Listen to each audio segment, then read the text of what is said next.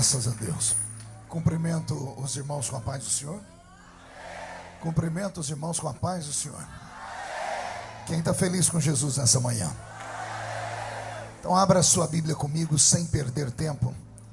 No livro do profeta Neemias. Livro de Neemias, o profeta. Capítulo 1. E o versículo de número 2. É uma alegria estar de volta aqui nessa linda igreja, revendo nosso apóstolo Genor Duque, a bispa Ingrid, que são mais do que amigos, são líderes, são conselheiros. Deus abençoe vocês. Eu vou fazer mais um pedido. Como vamos ler a Bíblia, os que estão assentados podem ficar de pé por um minutinho? Só por um minutinho. Profeta Neemias, capítulo 1, versículo 2, está escrito assim: E veio Anani, um de meus irmãos, ele e alguns de Judá, e perguntei-lhes pelos judeus que escaparam e que restaram do cativeiro e acerca de Jerusalém. E disseram-me: os restantes que não foram levados para o cativeiro, lá na província, estão em grande miséria e desprezo, e o muro de Jerusalém foi fendido, e as suas portas foram queimadas a fogo. Sucedeu que, ouvindo eu estas palavras, assentei-me e chorei, e lamentei por alguns dias, e estive jejuando e orando perante o Deus dos céus. Capítulo 7 do mesmo livro, ou melhor, capítulo 6 do mesmo livro, vire 2 páginas. Capítulo 6, versículo 15 do livro de Neemias. Acabou-se, pois, o muro aos 25 de Elu, em 52 dias. Vou ler de novo. E acabou-se, pois, o muro aos 25 de Elu, em 52 dias. Feche a Bíblia, coloque no banco, na cadeira, e pegue na mão da pessoa mais perfumada do seu lado. Aperte a mão dele ou dela com carinho até eles falarem aleluia. Pentecostal que não faz barulho está com defeito de fabricação, não é? Vamos orar.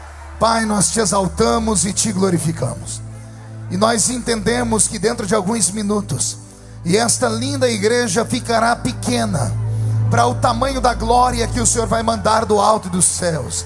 Os que vieram tristes começarão a saltar de alegria. Os que vieram se arrastando não voltam se arrastando para casa. Hoje voltarão voando nas asas de um novo tempo. E antes que eu comece a ministrar a sua palavra, cerque este santuário com a sua glória, e num raio de 5 quilômetros onde houver um demônio alojado, eu dou a esses demônios segundos para sumirem daqui, porque se não sumirem, serão queimados pelo poder da sua glória que aqui será derramada.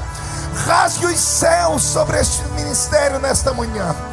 Mande anjos de fogo descerem aqui.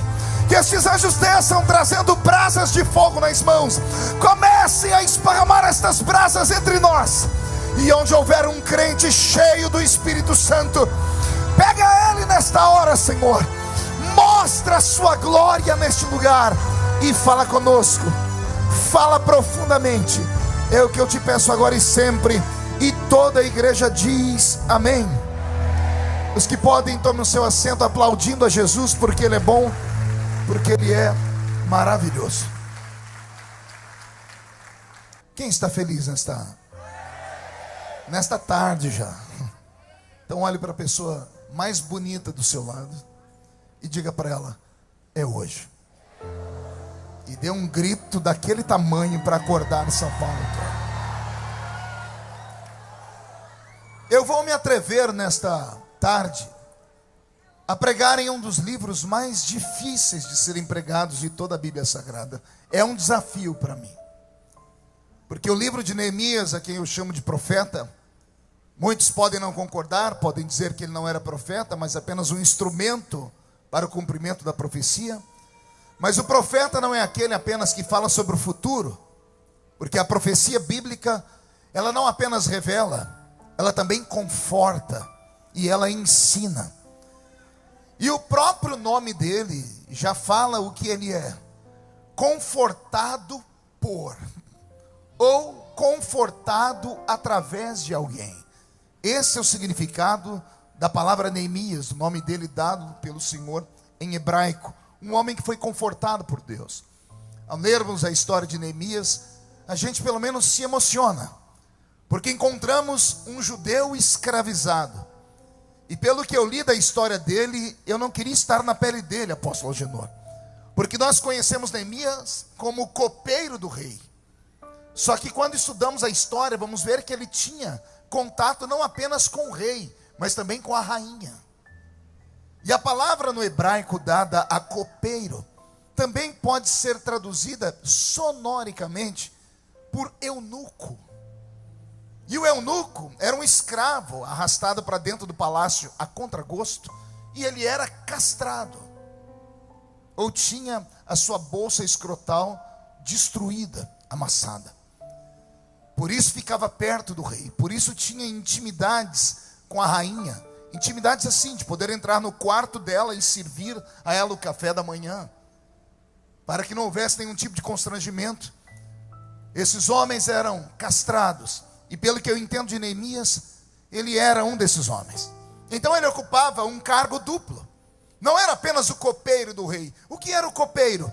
Era aquele que antes do rei tocar em bebida e comida, ele provava a comida, ele provava a bebida, porque os reis sofriam muita retaliação, e não era difícil encontrar traidores no meio do palácio que quisessem envenenar o rei, principalmente se fosse da família.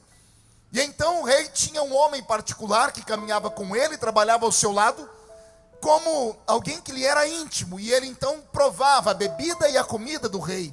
O rei esperava um tempo para ver se o olho da pessoa ia virar, se ele ia ter algum tipo de reação no estômago, se ele ia vomitar, e depois então o rei tocava na comida e na bebida. Como eu disse a vocês, como ele também mantém contatos com a rainha, então ele, além de copeiro, era também um eunuco, então era um homem de extrema confiança do rei. Não era apenas um homem de extrema confiança por estar tão próximo e fazer parte como um escudo para que o rei não morresse. Como ele cuidava do maior bem que o rei tinha, que era o amor pela sua esposa, ele se torna alguém muito íntimo do ciclo real. E é por isso que no dia em que ele chega para servir o rei olha para ele e encontra sempre o Neemias sorrindo, alguém sempre que tem um conselho para dar, que tem uma história para contar. Neste dia em especial, Neemias entra na presença do rei e o seu semblante está fechado. Não há alegria, seu rosto está sisudo, seus olhos estão caídos, possivelmente marejando em lágrimas. O rei é tocado por aquilo. A rainha, que também estava por ali, deve ter tocado no marido e dito, porque mulher geralmente é mais sensível, deve ter vindo da rainha o conselho: meu rei, pergunte o que ele tem, porque ele está com o semblante tão caído. E então Neemias abriu o coração para o rei, dizendo: não tenho felicidade. Não tenho felicidade porque o maior bem que um homem pode ter é a sua família. O maior bem que um homem pode ter é a sua cidade, a sua casa, é aquilo que ele mais possui de honra, porque o lar para o homem é o seu reino.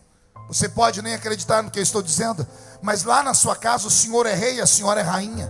Vocês são rei e rainha de um pequeno reino. E lá dentro você tem a sua vida, a sua história. Ninguém entra lá dentro, ninguém pode entrar lá dentro, porque lá é o seu pequeno reino. Você pode não ter tudo o que você quer, mas com certeza Deus tem provido para você tudo o que você precisa. Você pode não morar no alto de um arranha-céu, mas mesmo lá na casinha feita de barro, coberta de sapé, quando você dorme bem, porque o anjo do Senhor acampa ao seu redor e te protege do mal lá naquele ambiente também. É Neemias que começa a contar uma história para o rei, dizendo: eu estava passeando pelo palácio e encontrei um dos meus irmãos, irmão de sangue. Não era irmão de fé, não era irmão de etnia, era irmão de sangue. Hanani é irmão de Neemias. E Neemias percebe que Hanani também está triste. E Neemias diz ao rei: eu perguntei ao meu irmão o que ele tinha. E meu irmão começou a me dizer assim: estou vindo de Jerusalém. A cidade sagrada, a cidade luz, a cidade de Deus, santuário das moradas do Altíssimo, a habitação da paz. É isso que significa a palavra Jerusalém, a habitação da paz.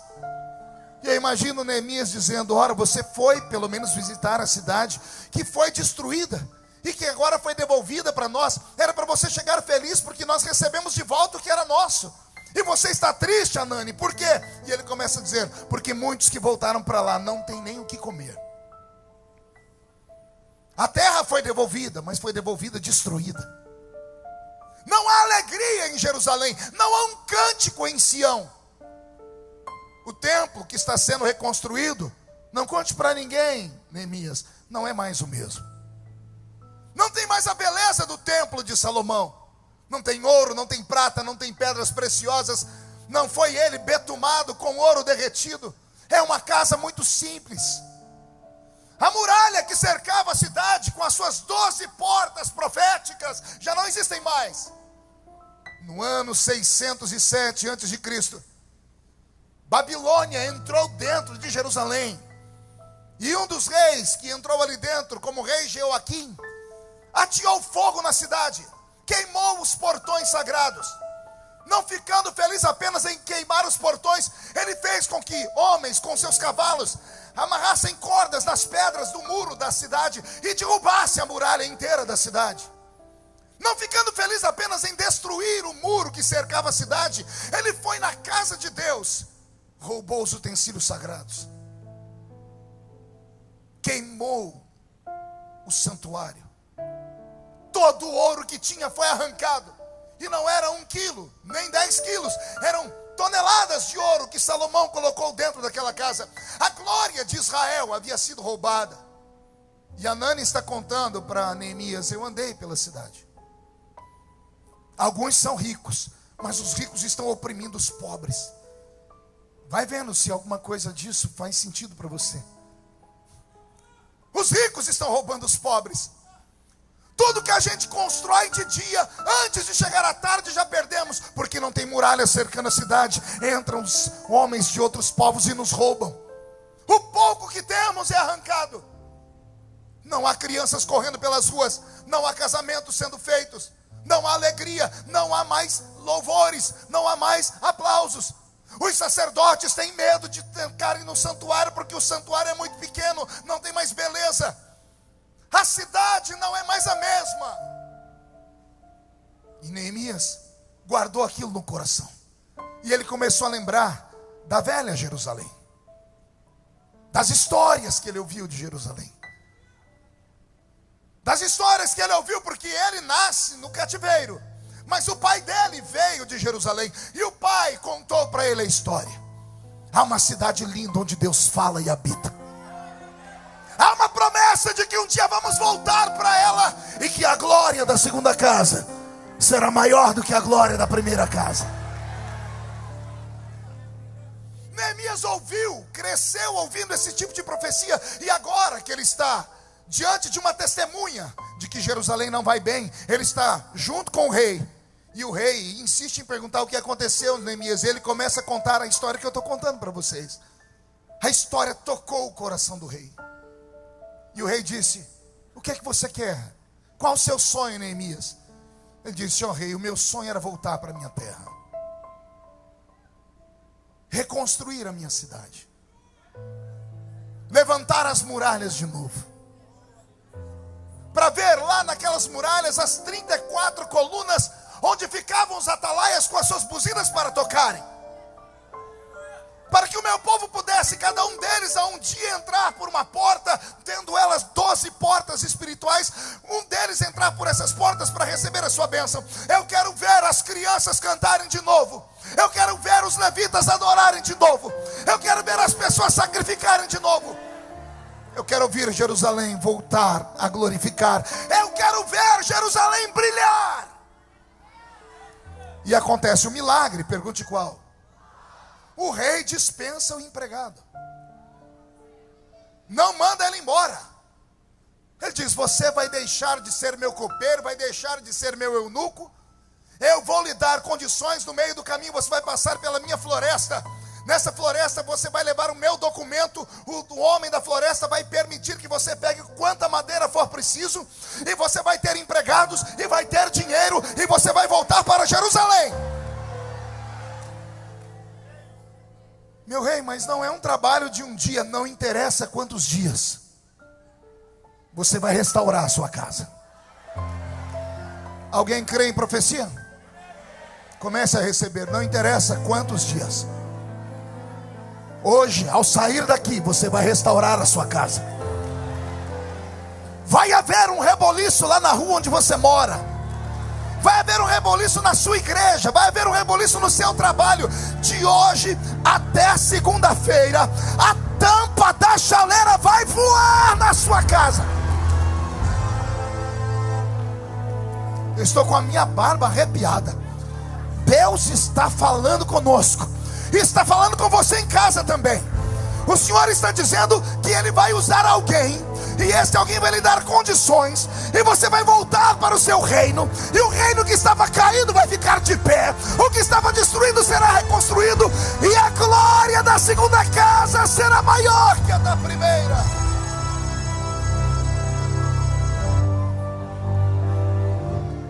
Ramassurekanda Ravacharamakanda. Neemias não conhecia Jerusalém. Só tinha ouvido falar. Porque o cativeiro babilônico durou 70 anos. E ele não tem tantos anos assim. Neemias, esse moço aqui, ele é contemporâneo de Mardoqueu e a rainha Esther. Ele conheceu a história deles. Porque o próximo rei que vem depois do rei Assuero, que é o rei que honra Mardoqueu e a rainha Esther, que você conhece, é o rei Artaxerxes, que é o rei que agora Neemias é o copeiro dele. Neemias ouviu as histórias de Jerusalém, mas não conhecia Jerusalém. Quando ele coloca os pés na cidade, a coisa piora. Pergunte por quê. Quando a gente fala, vamos levantar a muralha, a gente pensa logo no muro da nossa casa, né? Qual é o tamanho do muro da sua casa? 10, 12, 15 metros? 20? Se for muito rico, é uns 30, 40.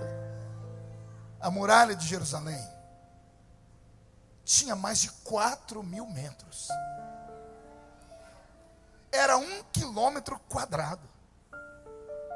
No ano 1535, se não me falha a memória, na época do Império Otomano, quando os otomanos dominaram Jerusalém, eles levantaram uma muralha ao redor da cidade.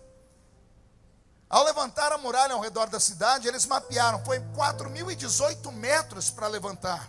Uma muralha que não era um murinho fino como a sua não. Ela tinha, eu anotei aqui, 12 metros de altura. E 8,5 metros de largura. Dava para 2 carros andarem ao redor, em cima da muralha. O Império Otomano, eu estou falando de um reino inteiro, de gente rica, importante, de califas que tinham dinheiro, levaram 3 anos para construir o muro. Aí Deus põe um copeiro, que quando olha o tamanho da cidade, não fugiu. Quando viu que ia ser gasto, não amorteceu, não deu ousadia ao diabo. Não olhou o tamanho da obra, ele olhou a obra pronta, ele enxergou a obra plena. Aí juntou meia dúzia de gente maluca e disse, vamos reconstruir a muralha. Alguém olhou e disse, vai 10 anos, vai uma vida inteira. E não é que ele conseguiu levantar a muralha em 52 dias. 52 dias. O ano tem 52 semanas. Olha que interessante. O que seria para ser uma obra em um ano, e eu falei para vocês que os otomanos levaram 3 anos, ele fez em 52 dias. Só que não foi uma obra onde ele começa a levantar e não teve obstáculos nem problemas. Sempre aparece a desgraça de um Sambalate, de um Tobias, de um Gesem. Sempre aparece aqueles que têm a língua maior do que a gravata do seu pastor.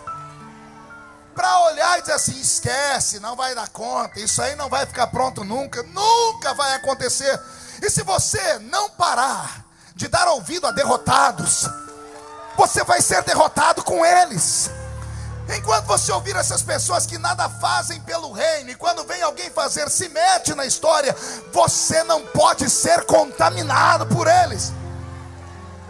Sambalate, Tobias, Gesem foram para cima desse moço chamado Neemias e ameaçaram, porque eles não eram de Israel, eram intrusos.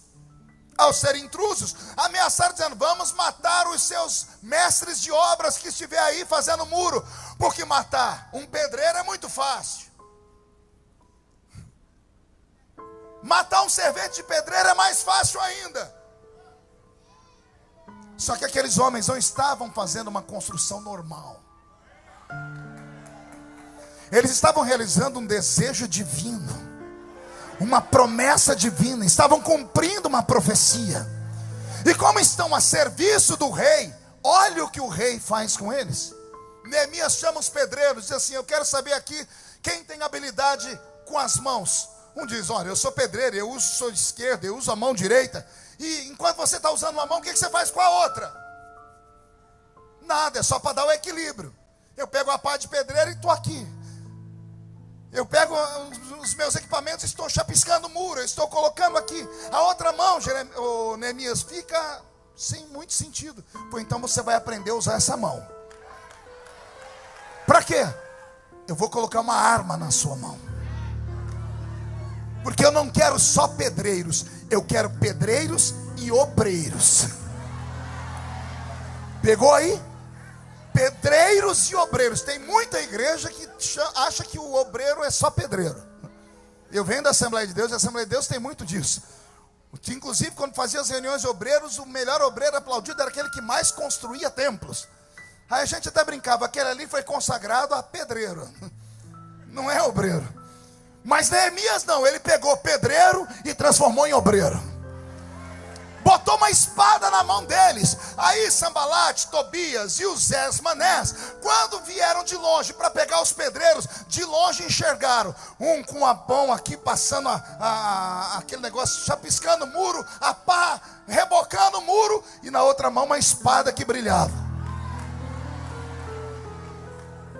Os homens começaram a dizer: calma aí, ali já não é mais obreiro, tem pedreiro ali também, tem pedreiro e obreiro, virou uma coisa só, não são homens normais. O que é que eu estou dizendo com esta palavra? A reconstrução da sua vida, a reconstrução do seu casamento, a reconstrução do seu ministério, a reconstrução da sua empresa, a reconstrução do seu sonho, não será por vias normais, não será por vias naturais. Deus vai te levantar com uma unção dobrada. Deus vai te dar uma unção dobrada. É uma unção para reconstruir e proteger. Porque a glória da segunda casa, repito, será maior do que a glória da primeira.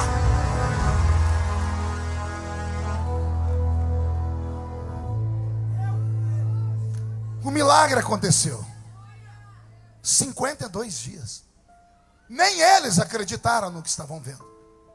Os inimigos ficaram perplexos, porque ameaçaram, chantagearam e não virou nada. Aqueles homens estavam empenhados em trazer de volta a proteção sobre as suas famílias. Não pararam para ouvir derrotados, não pararam para ouvir ameaças, não pararam para ouvir pessoas que só sabem viver de expressar tristeza nos outros.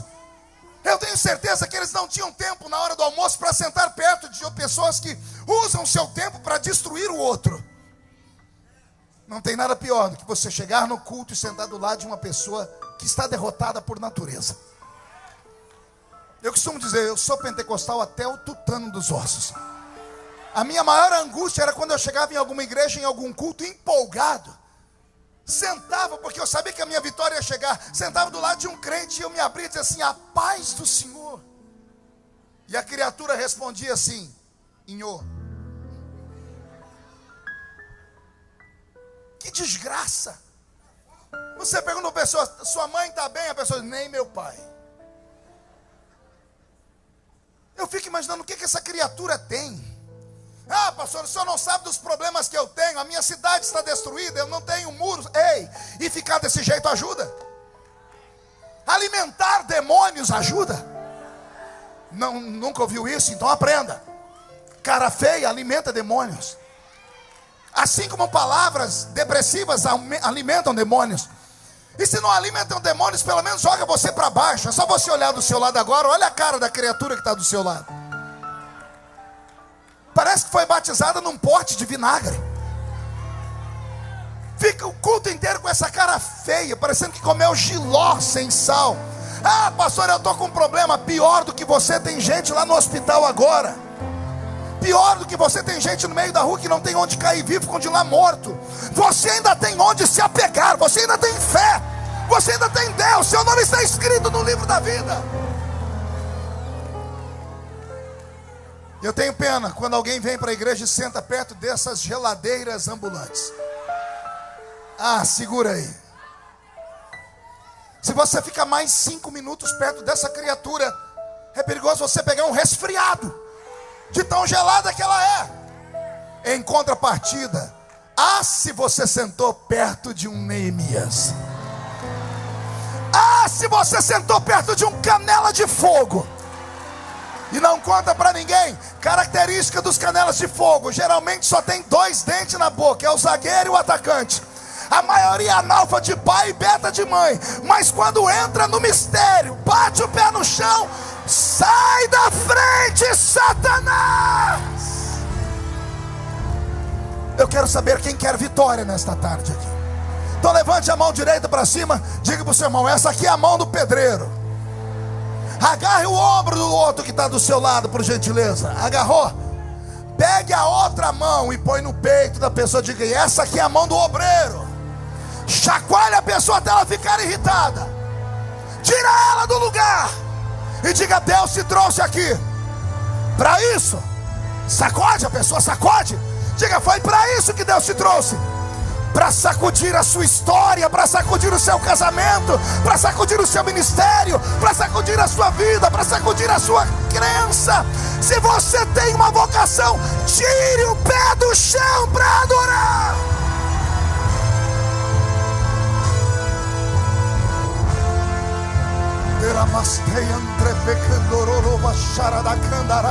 Recebe, Brasil, recebe a unção da reconstrução. Se levantarem 11.000 demônios contra ti nesta tarde, 1.000 cai de um lado, 10.000 cai do outro lado, e você não pode ser atingido. Nenhuma arma forjada contra ti prosperará. A minha Bíblia diz que o justo cai, mas Deus de todas elas o coloca de pé. Esta é a tarde da reconstrução. Recebe, recebe, recebe essa inspiração e dê um grito para acordar o Brasil inteiro. Senta aí, Neemias. Esta palavra não é para gente normal. Pergunte por que não. Porque os normais só conseguem acreditar naquilo que faz sentido. Normais só acreditam naquilo que é lógico, naquilo que pode ser reproduzido em um laboratório através da química, da física e da matemática. Normais são aqueles que só acreditam em profecias ou promessas que são simples. Isso aqui não é para gente simples. Isso aqui é para gente doida. É para gente maluca. Por quê, pastor? Porque todo maluco é atrevido. Esses malucos vão chegar em casa, vão se atracar a esta promessa, vão ver o lugar onde tinha muro, não tem mais nem tijolo, mas vão enxergar uma muralha e vão começar a trabalhar. Anote o que eu estou dizendo. Vai haver um reboliço na sua família, na sua casa, na sua história, e ninguém tem nada a ver com isso.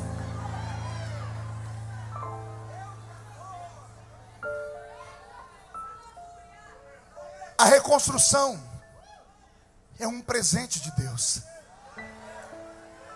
Porque a reconstrução vem após um tsunami, uma guerra, uma tempestade, um terremoto. Ah, pastor, mas está tudo destruído. Ei, você sobreviveu.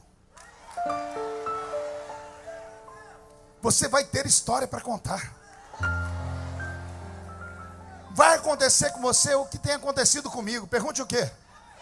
Dia desse, Agenor, eu estou lá em Brasília, passei por uma comissão, tem as salas das comissões, e tinha um grupo de parlamentares dentro da comissão, e quando eu me viram, disse: ô pastor, o senhor pode vir aqui? Fui e falei: pois não. Pastor, o senhor pode fazer uma reza braba para nós aqui? Todo mundo com medo da Lava Jato. Falei: vamos fazer uma reza brava, vamos lá. E alguém falou: como é que é a reza brava, pastor? Foi: pega na minha mão aqui.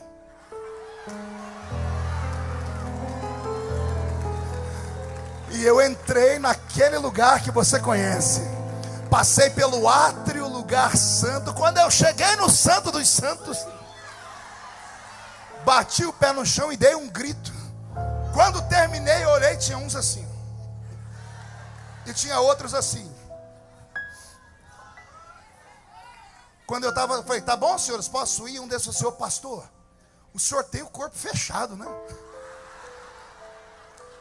Eu falei: é claro que eu tenho.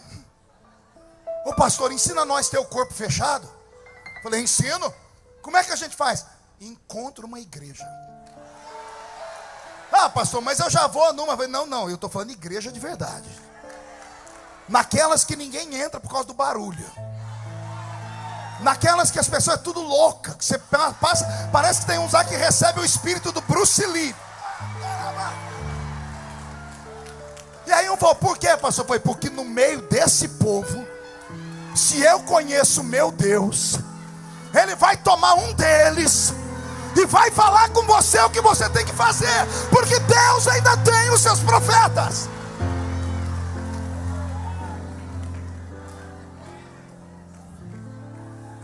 Quando eu falei: posso ir, senhores? Ele disse: senhor pastor, o senhor pode só dar mais um conselho para nós? Eu falei: qual? Como é que faz para a gente ter o corpo fechado assim, igual o senhor tem, igualzinho? E eu falei: e eu tenho o corpo fechado por quê? Ah, pastor, nada pega no senhor. Tudo que era para pegar no senhor, para te destruir, te deixa mais famoso. A gente fala: agora morreu. Esses dias atrás botaram um apelido em mim, me chamam de Highlander. Eu nem sabia o que era isso, fui ver: imortal. Já viu no avião esses dias? Tudo que é para fazer para me destruir, só me faz melhorar. Aí fala: pastor, como é que faz? Por que o senhor tem o corpo fechado desse jeito? Eu disse: eu tenho o corpo fechado desse jeito por causa de uma coisa só. Todo mundo esticou a cabeça: o que, pastor? Vai contar o segredo? Eu disse: vou. Eu disse: porque eu tenho uma promessa. Ai, para onde eu estou indo? Eu vou repetir. Eu disse a eles: isso acontece comigo porque eu tenho uma promessa. Só que não é promessa feita por homens, porque o homem fala sentado e não sustenta de pé. O homem promete quando está emocionado, depois desiste de tudo. Você já aconteceu isso com você no seu trabalho? Seu patrão diz: vou aumentar seu salário. Daqui a pouco, o patrão, e o salário? Não deu certo. A pessoa: a Genor faz desafio aqui. Não, eu vou entrar, semana que vem eu trago. Semana que vem não trouxe nada. A pessoa fala na emoção e não cumpre. Agora, a promessa que eu tenho não vem da horizontal, vem da vertical. E esse que prometeu deixou na palavra dele escrito assim: não sou homem para mentir, nem filho do homem para me arrepender das coisas que falo. Quando o filho dele passou por este mundo, ele sancionou essa lei dizendo: passa o céu, passa a terra, mas as minhas palavras não podem passar jamais. Deixa eu fazer uma pergunta: quem aqui tem uma promessa desse tamanho? Então murcha a barriga, estufa o peito e bate no peito até fazer barulho. Levanta esse queixo, bate no peito e diga para a pessoa do seu lado: a minha muralha vai ser reconstruída. A minha cidade, meu casamento, meu ministério, minha família, minha saúde vai ser reconstruída, porque eu tenho uma promessa de Deus. Só quem tem promessa não grita não, dá um berro de glória a Deus para todo mundo ouvir.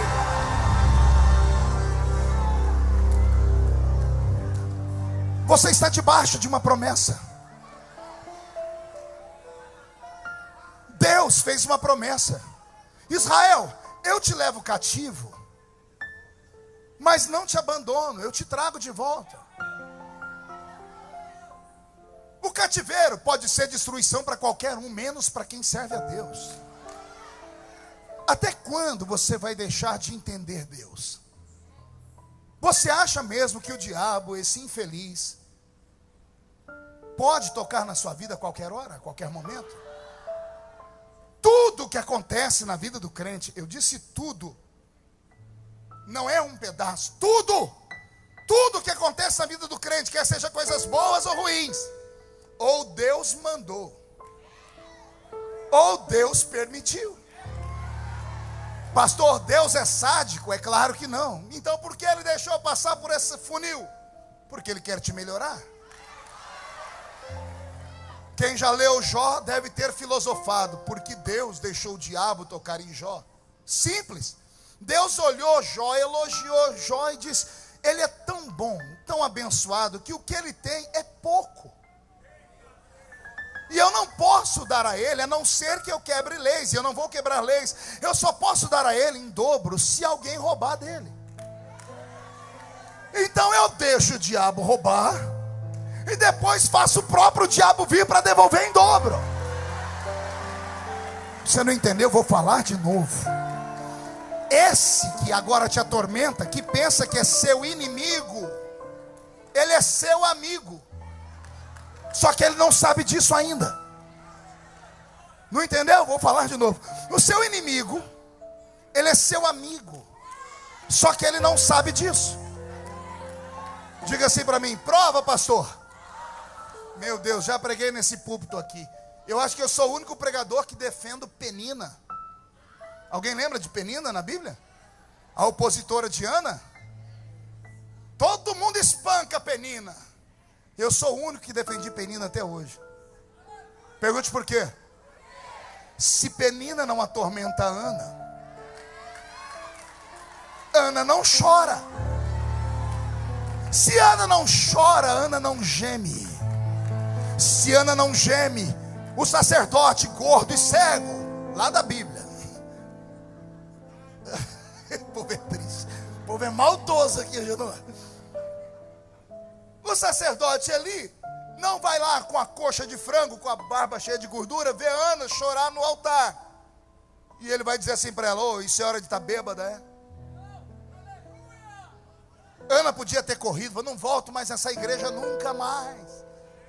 Dei meu dízimo à toa, porque ela tinha acabado de dizimar.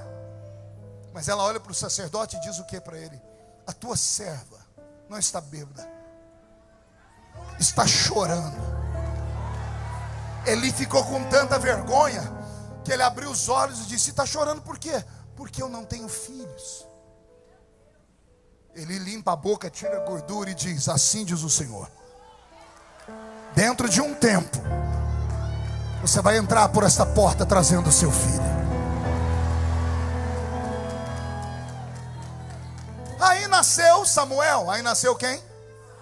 Então a matemática é essa: sem Penina não tem choro de Ana. Sem choro de Ana não tem gemido.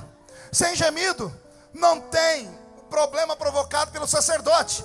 Se o sacerdote não comete pecado, ele não se arrepende. Se ele não se arrepende, ele não profetiza. Se ele não profetiza, Samuel não nasce. Eu passei a vida inteira vendo todo mundo gritando: maldito Golias, desgraçado, infeliz. Ai, Jesus, quando você chegar no céu, pergunta para Davi: Davi, o que você achava de Golias? Para todo mundo ele vai dizer assim: era um miserável. Mas num cantinho ele vai dizer assim: ai, se não fosse Golias. Não entendeu? Sem Golias, Davi não aparece como um gigante de Deus na terra. Você está entendendo onde eu quero chegar? Sambalate, Tobias, Gesem, sua sogra, sua cunhada, seu vizinho, seu patrão, seu amigo, com todo respeito, seu pastor, são meros instrumentos para te provocar. Vou falar de novo. Deus está te provocando. Vou falar de novo. Deus está te provocando para ver até onde você vai, Deus não quer ver você sentado, de braço cruzado, com esse peitinho murcho, parecendo que tomou uma pedrada, olhando, passando o culto inteiro filosofando em lágrimas, dizendo to be or not to be, that's the question. Não! Deus quer te ver revoltado. Deus quer te ver segurar essa cadeira por baixo. É hoje que eu saio daqui e agarro o diabo pelo chifre, e esfrego o focinho dele no chão, e mostro para ele que eu não nasci para ser humilhado, eu nasci para ser exaltado e abençoado. Jerusalém será reconstruída 52 dias. Ai meu Deus, falei, me arrepiou tudo. Repito, 52 dias. Se alguém crê em profecia, anote aí: 52 dias e os seus inimigos vão se curvar. 52 dias e a sua família vai ficar de boca aberta. 52 dias e a promessa vai se cumprir. Quem crê nisso reage. Reage, reage, reage.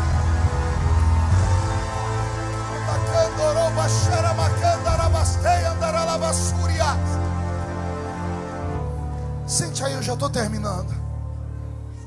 O que me deixa extremamente feliz nesse texto é que foi um avivamento provocado pela família.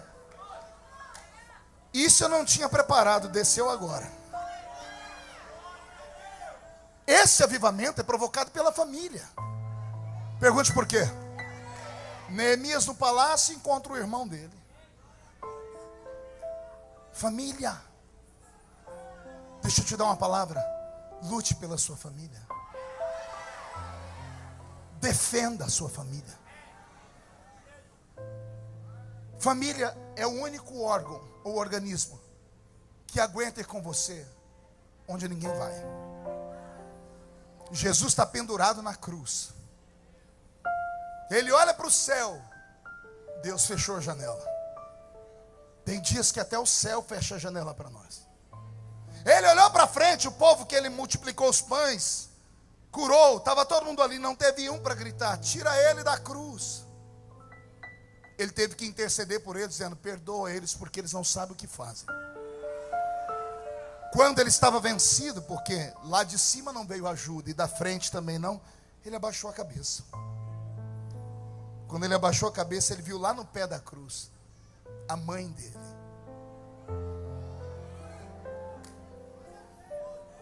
Aleluia. A mãe agarrou o pé da cruz, o sangue está caindo sobre ela, e ela está dizendo: você não está sozinho, filho, eu estou aqui.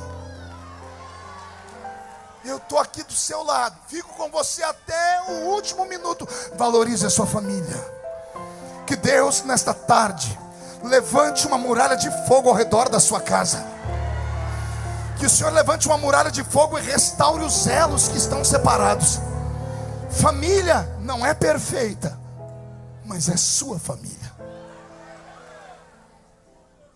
Ore pelos seus amigos, mas ore pela sua família. Ame os seus amigos, mas ame a sua família. A muralha foi restaurada. Estamos dentro de Jerusalém. Está tudo belo, sim ou não?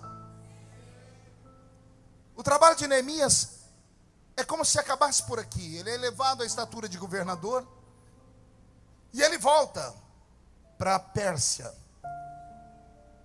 E depois ele recebe uma outra visita. 12 ou 13 anos depois, alguém diz para ele: Jerusalém está precisando de outro renovo. E ele pergunta: o que foi? Destruir a muralha de novo? E alguém disse: sim, mas não é aquela de pedra. A muralha da fé. Neemias entrou em Jerusalém e viu o povo em pecado. Pergunte por quê? Porque eles reclamavam do templo. O templo construído não era o que eles queriam. Eles queriam um templo como o de Salomão. E o templo que tem agora é muito pequeno. Não tem beleza, não tem ouro. E alguns se recusaram a congregar lá dentro. É nesse período que Deus levanta o profeta Ageu. E ele vai dar um grito no ouvido de Israel: a glória da segunda casa será maior do que a glória da primeira. Você pergunta isso para os judeus, eles não entendem. Pergunte por quê. Nunca mais aquele templo teve ouro e prata daquele jeito, do templo de Salomão. Humanamente falando, isso foi uma mentira. Mas o profeta não fala pela terra, ele fala pelo céu. O templo de Salomão não teve a metade da glória que teve o templo de Zorobabel. E Zorobabel é um dos apelidos de Neemias, por isso é chamado templo de Zorobabel, porque Neemias auxiliou também na reconstrução de tudo isso. Pastor, então, por que a glória desse templo foi maior do que a glória do primeiro? Porque esse segundo templo recebeu Jesus. Quando Jesus passou pela terra, era lá nesse templo que ele pregava. Um dia ele pregou tanto e as pessoas ficaram tão felizes que ele olhou para cima e disse: destrua esse templo, e em 3 dias eu reconstruo ele. Tentaram matar ele por causa disso, mas ele não estava falando daquele templo, ele estava falando: tem um templo maior do que esse. Eu sou esse templo.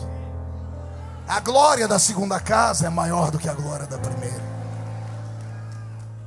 E aqui eu quero fazer uma rápida colocação. Vou pedir ao Robson que mude a música, porque nós não podemos ser hipócritas.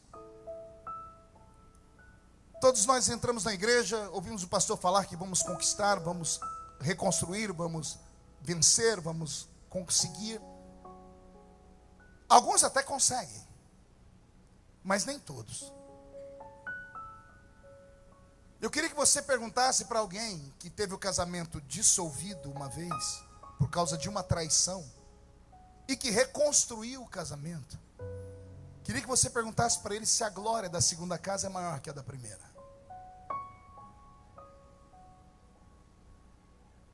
A igreja fica feliz: ó, fulano de tal reatou o casamento, que coisa bela. Na frente da igreja é muito lindo.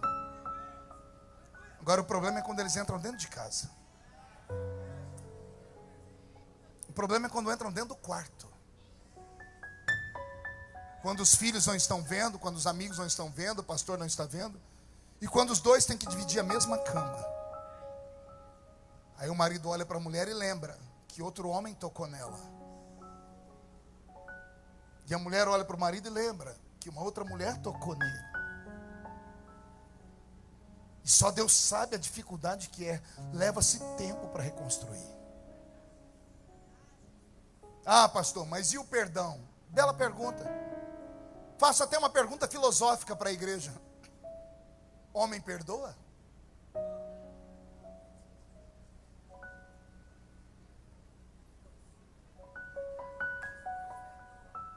Se perdão é esquecimento, homem não perdoa. O que é o perdão para o homem? É uma escolha. Eu escolho caminhar junto. Eu escolho conviver junto.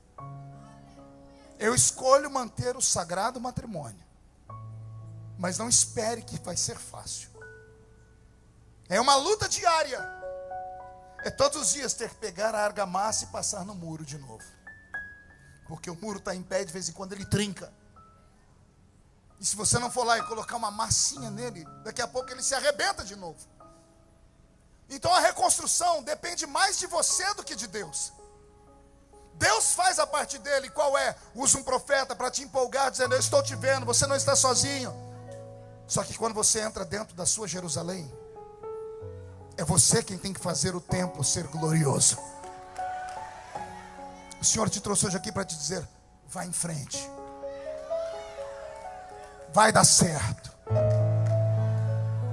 O vaso só pode ser quebrado na mão do oleiro. Quantas vezes na igreja eu estou lá no culto e a gente começa: desemboca o vaso, Jesus, enche de azeite, enche de azeite. Aí tem uma hora que a gente grita: quebra o vaso, Jesus.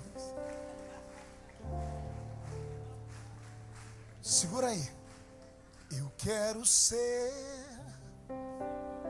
Senhor amado, como um vaso nas mãos.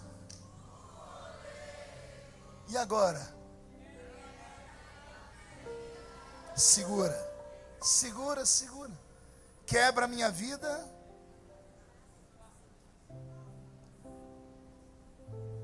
O vaso só pode ser quebrado quando ele está sendo confeccionado na mão do oleiro. Pergunte por quê? Se quebrar, o oleiro pega água, amassa, tritura, faz pó e refaz o vaso. Aí o oleiro constrói o vaso de novo. Depois que o vaso está pronto e é vendido, depois que ele vai para sua casa e a criança deixa cair e quebra, só tem dois destinos: ou você joga no lixo, ou você pega um Durepox, uma Super Bonder. Aí acontece um fenômeno, pergunte qual? De longe está perfeito. Sim ou não? Mas quando você chega perto, já foi quebrado esse negócio. Pergunte: o que é isso, pastor? É o seu casamento. De longe todo mundo diz: ó, estão juntos de novo. Tá família de novo. Mas só quem está muito perto sabe que está trincado ainda. Então é uma escolha. Permanecer é uma escolha. Estou falando isso por quê? Porque o diabo vive soprando no seu ouvido: não, se Deus tivesse dado, o sentimento tinha sumido. Se fosse de Deus, não espere que Deus faça coisas que você precisa fazer. E eu não sei porque que eu estou insistindo nesse assunto. Agora é difícil dar glória a Deus. Quando a espada de Damocles está sobre a nossa cabeça, quando Deus está olhando para nós e diz assim: agora não é emoção, é razão. Agora é hora de meditar. Porque essa festa vai acabar em alguns minutos. E a vida real começa quando você atravessa a parede da igreja, a porta, e vai para casa. Quando você entra dentro do coletivo, dentro do metrô, dentro do carro, na bicicleta, a verdade aparece quando você entra dentro da sua casa. E é lá que o diabo vai te tocar. O diabo não é trouxa de te afrontar aqui. Aqui ele só afronta o pastor da igreja. Aí o pastor é louco, agarra ele pelo colarinho e leva ele lá fora. Mas esse pastor tem estrutura. Sobe um monte, jejua, prega todos os dias, está preparado. Vai você fazer isso. O verdadeiro demônio vai te encarar amanhã. Vai esperar você amanhã na hora do almoço. Vai esperar você quando você chegar do trabalho ou da escola. E é aí que Deus quer ver se a sua muralha está de pé ou não. Eu profetizo que o diabo vai ter uma surpresa. Porque ele já te conhece. Lá no inferno você tem um apelido, pergunte qual? Cai. No inferno te chamam de galinha da Angola. Pergunte por quê? Tô fraco. O diabo te deixa entrar até ali. Por que você acha que quando eu prego, eu peço para Jesus dar um círculo de 5 quilômetros? O diabo não é trouxa de se manifestar enquanto eu estou pregando. E quando algum deles se manifesta, eu dou risada. Pergunte por quê? Demônio kamikaze. Cansou de viver, quer se suicidar. Não é verdade, Genor? Imagina 7.800 crentes cheios do Espírito Santo. O infeliz resolve se manifestar aqui. Alô, ele é fora da casinha? Não, ele cansou de viver e sabe que só tem um poder na terra capaz de mandar ele para o abismo. É você. Não tenha medo do diabo, mas não subestime ele. Chame a sua família para a oração nessa tarde. Levante com a sua família a muralha. Mas não levante só o muro. Levante o altar. Levante o altar. E quando você levantar o altar, ouça o que Deus vai falar na boca de outro contemporâneo de Neemias e Ageu. Não é por força, nem por violência, mas é pelo meu espírito, diz o Senhor. Zacarias e Neemias profetizam 2 meses de diferença. Os dois preparam o caminho para Malaquias chegar.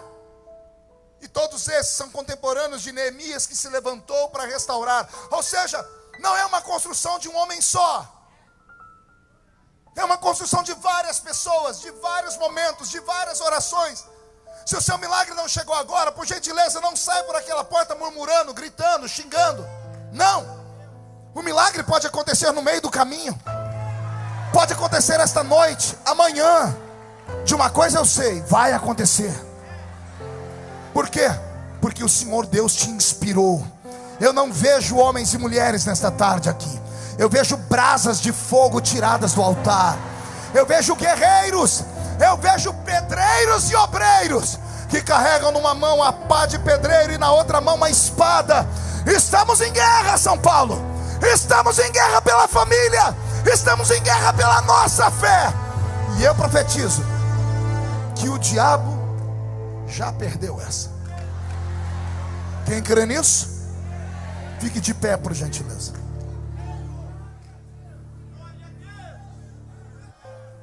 Pegue na mão de quem está do seu lado.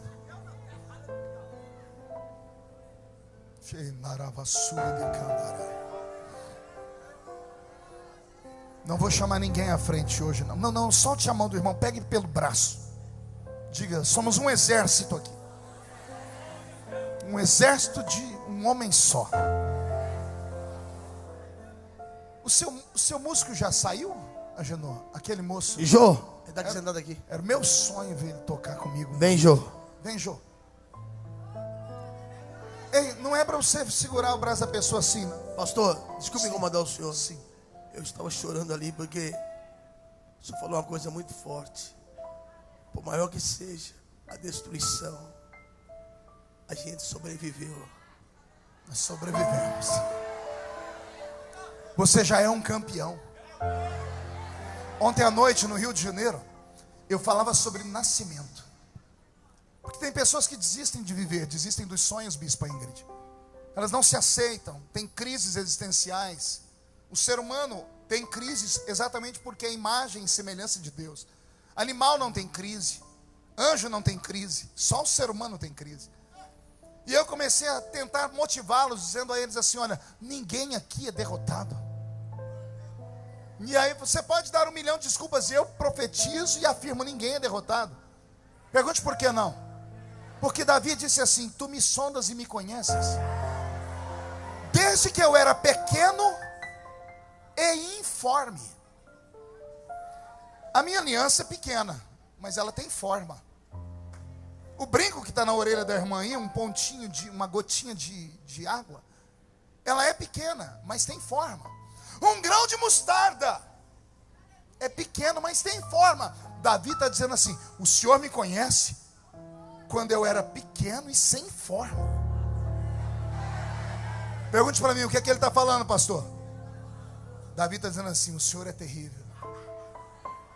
O Senhor assistiu aquele dia em que o meu pai amou a minha mãe, ou violentou a minha mãe, ou abusou da minha mãe, ou estuprou a minha mãe, não me interessa. O Senhor estava vendo. Quando meu pai plantou no corpo da minha mãe a semente de vida. E quando meu pai plantou a semente, não era só eu lá dentro nadando, não. Era eu e milhões. Milhões! Você assistiu aqui as Olimpíadas do Rio de Janeiro? Lembra aí daquela cena das pessoas nadando? 10 nadadores, os melhores do mundo. Dá um tiro, eles pulam na água e atravessam 100 metros, 200 metros, vão e voltam. Ganha quem chega primeiro, sim ou não? Imagine que logo no primeiro dia da sua existência, você foi colocado numa raia e você olhou para a esquerda, tinha milhões de nadadores. Aí você olhou para a direita, tinha mais milhões.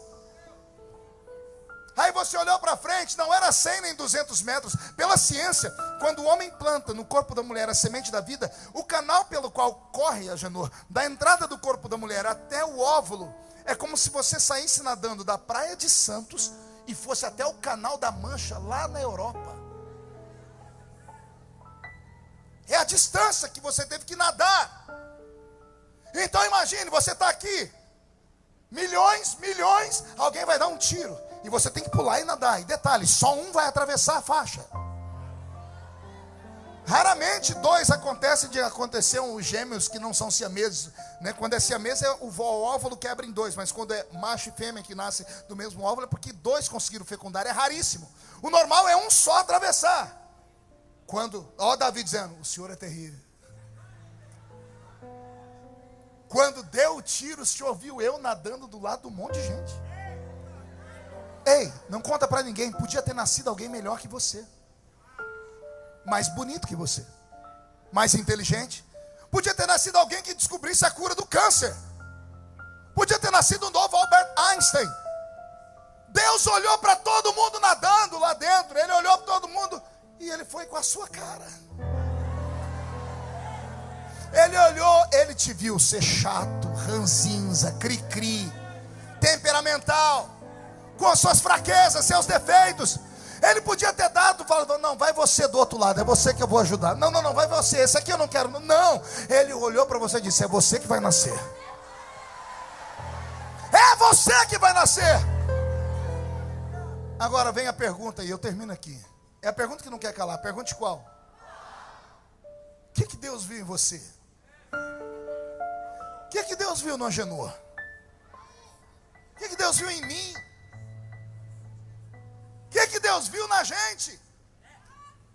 O que foi que Deus viu na gente? Ninguém sabe, não tem resposta. Porque a gente tem dia que não se aceita. Tem dia que eu não olho no espelho só para não ver crente na minha frente. Sou ser humano, sou um ser humano. Tem dia que eu me escondo, me tranco no quarto, não dou bom dia para ninguém. Tem dia que eu não me aceito. Aí ele, dono de tudo, olhou e disse, vai nascer, eu vou te usar, eu vou fazer você passar pela moenda, pelo vale da sombra e da morte. Quando estiver morrendo, eu te ressuscito das cinzas. Quando a muralha cair e quebrar, eu reconstruo, porque você é um sobrevivente.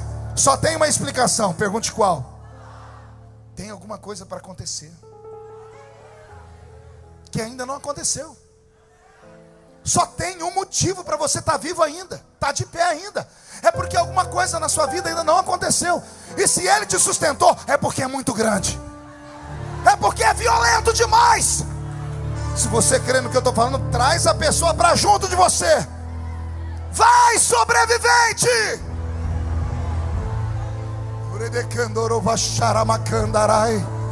Eu vou fazer uma oração e o meu irmão vai cantar. Deixa a sua inspiração, Deus te deu um hino. Pai, eu oro nesta tarde. Eu oro pelos meus irmãos.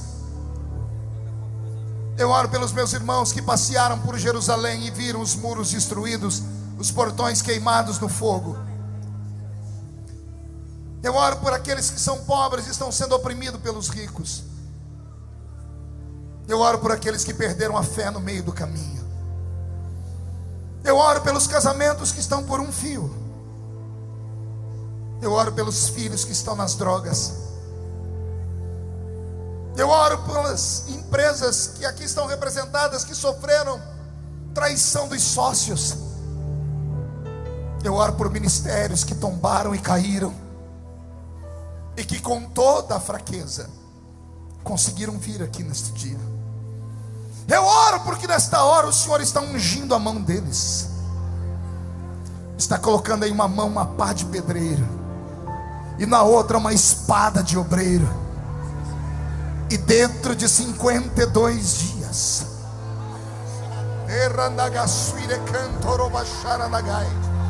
dentro de 52 dias, o vento vai soprar, as trombetas vão soar, as emissoras de rádio e televisão vão noticiar, os vizinhos vão ficar espantados.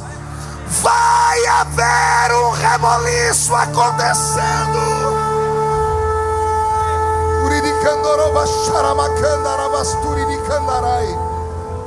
A glória da segunda casa será maior do que a glória da primeira. Solte os braços, levante a mão direita para o céu e diga comigo em nome de Jesus: todos os demônios que destruíram os meus muros, que queimaram os meus portões, que destruíram o meu altar, Eu ordeno, venha para a palma da minha mão agora. Fecha a sua mão. Conto até 3, você joga no chão e pisa em cima. E você abrace 2 pedreiros. E você abrace 2 obreiros. E diga para eles: estamos em uma grande obra e não podemos parar. 52 dias e o milagre vai chegar. 1, você nunca mais será o mesmo. 1,5, sua família sentirá uma mudança no ar. 2, a sua casa vai ser transformada num palco de felicidade. 2,5, a igreja, a plenitude do trono de Deus, com o seu ministério vão crescer a 100 por 1. 2,75, Satanás é um derrotado, porque a vitória é nossa. 3, jogue no chão, pise em cima.